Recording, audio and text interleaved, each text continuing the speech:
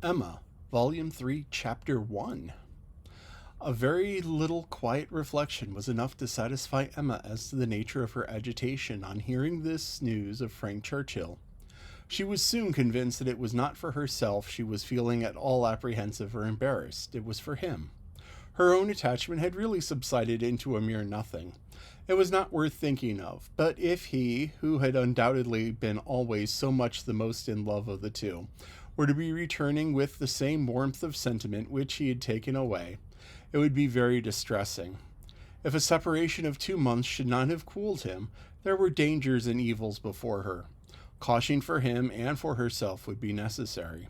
She did not mean to have her own affections entangled again, and it would be incumbent on her to avoid any encouragement of his. She wished she might be able to keep him from absolute declaration. That would be so very painful a conclusion of their present acquaintance, and yet she could not help rather anticipating something decisive. She felt as if the spring would not pass without bringing a crisis, an event, something to alter her present compound and tranquil state. It was not very long, though rather longer than Mr. Weston had foreseen, before she had the power of forming some opinion of Frank Churchill's feelings. The Enscombe family were not in town quite as soon as had been imagined, but he was at the Highbury very soon afterwards. He rode down for a couple of hours. He could not yet do more, but as he came from Randalls immediately to Hartfield, she could then exercise all her quick observation, and speedily determine how he was influenced, and how she must act. They met with the utmost friendliness. There could be no doubt of his great pleasure in seeing her, but she had an almost instant doubt of his caring for her as she had done, of his feelings of the same tenderness in the same degree. She watched him well. It was a clear thing he was less in love than he had been. Absence, with the conviction probably of her indifference, had produced this very natural and very desirable effect. He was in high spirits, as ready to talk and laugh as ever, and seemed delighted to speak of his former visit and to recur to old stories, and he was not without agitation. It was not in his calmness that she read his comparative indifference. It was not calm. His spirits were evidently fluttered. There was a restlessness about him. Lively as he was, it seemed liveliness that did not satisfy himself, but what decided her belief on the subject was his staying a quarter of an hour and hurrying away to make other calls in Highbury. He had seen a group of old acquaintance in the street as he passed. He had not stopped. He would not stop for more than a word, but he had the vanity to think that they would be disappointed if he did not call, and much as he wished to stay longer at Hartfield, he must hurry off. She had no doubt as to his being less in love, but neither his agitated spirits nor his hurrying away seemed like the perfect cure.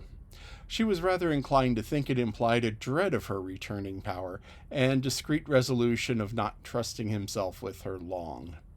This was the only visit from Frank Churchill in the course of 10 days. He was often hoping, intending to come, but was always prevented. His aunt could not bear to have him leave her. Such was his own account at Randalls. If he were quite sincere, if he really tried to come, it was to be inferred that Mrs. Churchill's removal to London had been of no service to the wilful or nervous part of her disorder. That she was really ill was very certain. He had declared himself convinced of it at Randalls.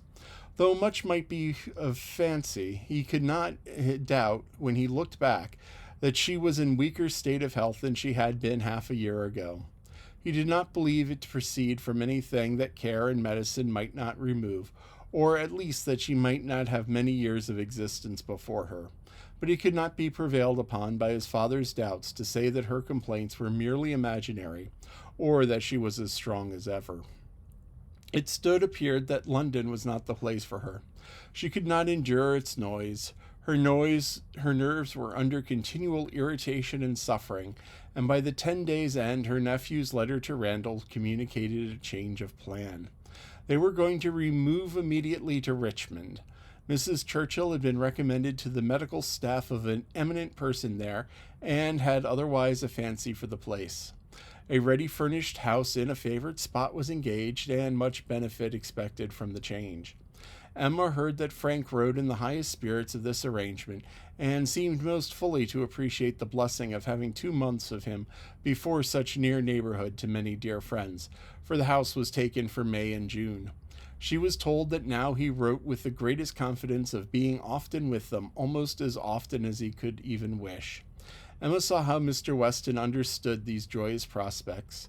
He was considering her as the source of all the happiness they offered. She hoped it was not so. 2 months must bring it to the proof. Mr. Weston's own happiness was indisputable. He was quite delighted. It was the very circumstance he could have wished for. Now it would really be having Frank in their neighborhood. What were 9 miles to a young man? An hour's ride. He would be always coming over. The difference in the aspect of Richmond and London was enough to make the whole difference of seeing him always and seeing him never.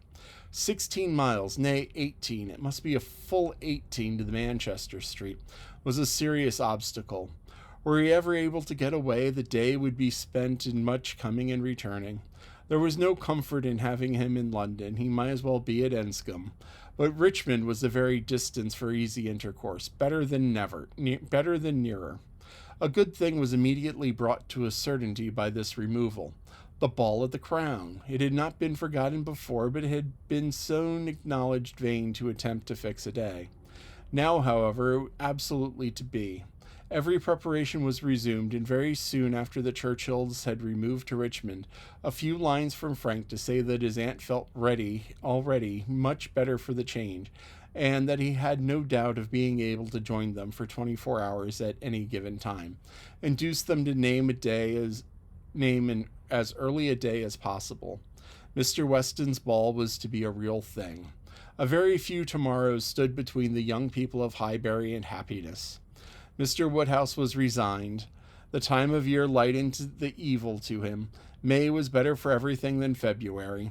Mrs. Bates was engaged to spend the evening at Hartfield. James had due notice, and he sanguinely hoped that neither dear little Henry nor dear little John would have anything the matter with them, while dear Emma were gone.